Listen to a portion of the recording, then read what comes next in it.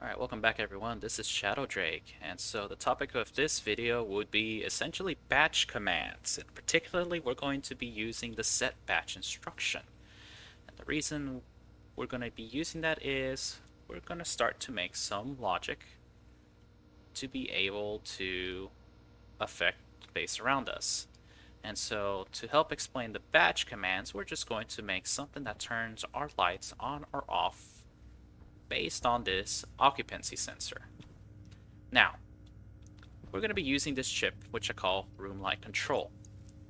And so first we are going to put that occupancy sensor as pin D0. Now, with the batch command, you do not need to put the lights into any of these pins. It's just going to affect all the lights on this network that fit the batch ID. And so these are wall light long wide, and that is important to note. So let's get started.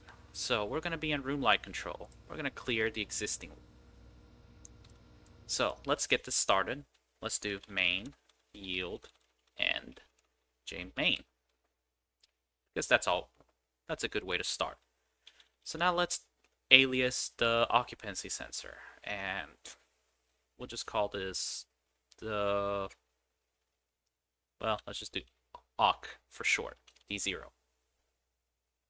Now, before I go too far into this, the set batch command is SB. There is a LB, which is the load batch command, but we won't get to that yet. So the set batch, what it is you write to a device hash of the logic type, and then you give it a register. And so, in order to know what the hash ID is, you need to kind of look it up on stationepedia. And this is where I would urge some caution. Now, the wall light long is going to be this one. There's two ways to get this hash ID. You have the prefab hash, which is the exact number string you need, or you have the prefab name, which is structure light long wide. If this is extremely long string, then it's just not going to fit in here. I think the evaporation chamber is one such. Yep, as you can see, this does not fit in the space. And if you copy it to the clipboard, it's just not gonna... Oh wow, it actually does copy perfectly. It used to not do that. It will copy perfectly as you need it to be. So I stand corrected. But that is actually my recommendation for getting it. You can work with either of these two. So first, let's get the prefab hash. If you click on the blue, you get a copy to clipboard setting. And then you can go back to your code and just Control B, or well, I guess you can't use paste because it clears the entire code. Alright, cancel. Control V to paste your code. Now, I definitely recommend you put a define for this. You could use that code on your SB instruction because it could be, you can do SB that on 1 and that'll be fine. That can work just fine. But again, that goes to the whole documentation issue where you may not know what this is. So let's just define that as light 1 because we're going to use that number first. And we're going to use the same exact hash ID light 2. But this one is going to be different.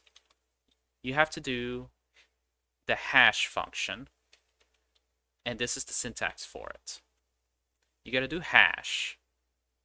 You got to have open parentheses, quotes, and you got to end it in more quotes and parentheses. And what you need is this prefab name, structure light long wide. So let's copy that to clipboard. Let's paste that there, and that's what we have. And so just to prove that this works with either one, we're going to have both of these two. This command will be extremely functional when we go into the name function, which will be SBN. But for now, we're just going to work with this. Now I'm going to alias onState R15.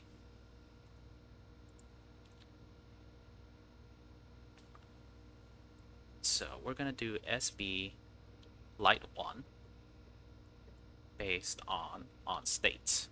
So that takes care of that. Now, the occupancy sensor is going to be a little bit of a quirky thing. Definitely one of those things you can probably use your device, your configuration, to see what it is. Because you see it has an activate and a quantity. And unfortunately, I'm too far from that to tell. But if you leave the room, I believe activate and quantity both go to 0. Quantity tells you how many people are in the room. Activate tells you if there is a person in the room. So let's use activate for this. There's more because we only need one person in the room. So we're going to load onState from awk. We're going to get the activate value. And so that should square us away. We're going to go ahead and export this.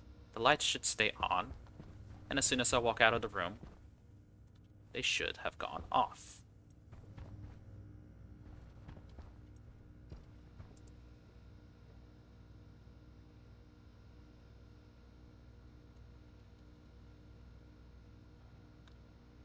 Alright, did I write that to room light control? Oh, yeah. Very important. Turn it on. It doesn't work if you don't turn it on. There. Debugging.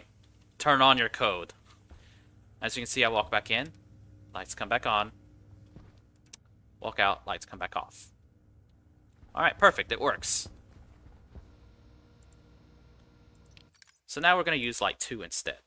Just to show that this should still work. So we're going to export. It's the same code. Walk out. Lights off. Walk in. Lights on. So as you can see, you can use either or. You can use the prefab number or use hash and the structure light long wide. Now, when you look up devices, just be aware that there is a kit and there is a device. So lights is going to be easy for you to not mess up. However, something like a pressure regulator. Come on, regulator. This is going to be a little bit where you can have a little bit of a mistake. You see, you have a pressure regulator, which is what is built on the world, and then you have a kit pressure regulator. And lo and behold, the kit also has a prefab hash number. I know I have personally made the mistake of grabbing the prefab hash ID of the kit when I needed the prefab hash of the device. Two completely different numbers, you'll get two completely different results. So for lights is actually this one. So let's just break it a bit. Let's copy that to clipboard, and so that I don't lose it, we'll just do light 3, and we're just going to use light 3 and export. And so that's not going to do anything. As you can tell, nothing. It's writing an on state to something that just does not exist in the world, and therefore nothing will happen. So yeah, definitely keep that in mind when you're using hash. And this is probably the last major thing you would need. And basically we're off to coding. You're off to coding.